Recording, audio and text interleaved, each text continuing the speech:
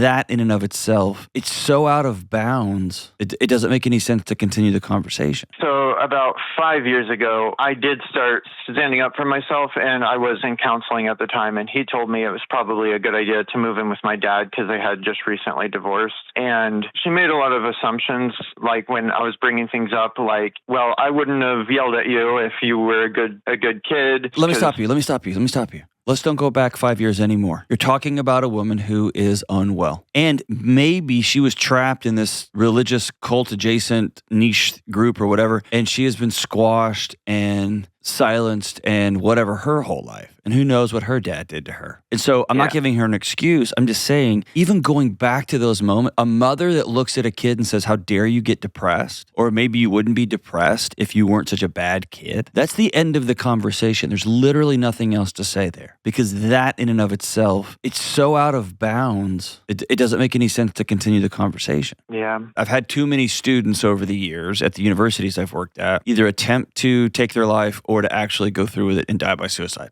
I can't tell you how many people, whether it's parents, siblings, or other students and friends, who are trying to figure out why. I always used to tell folks, if you're trying to reverse engineer these things, there's not a rational response to an irrational act. And so what I want to tell you is it's irrational to look at your teenage son and blame him for his biochemistry. It's irrational to look at a son with anything other than compassion who's hurting as he's heading into a new marriage. It's irrational. And so you trying to find rational responses to that is just a waste of your energy, and it's pulling precious resources, love, time, attention, connectivity from your brand new marriage, man. And I'd love to see you redivert that energy into something productive and making sure this cycle stops with you.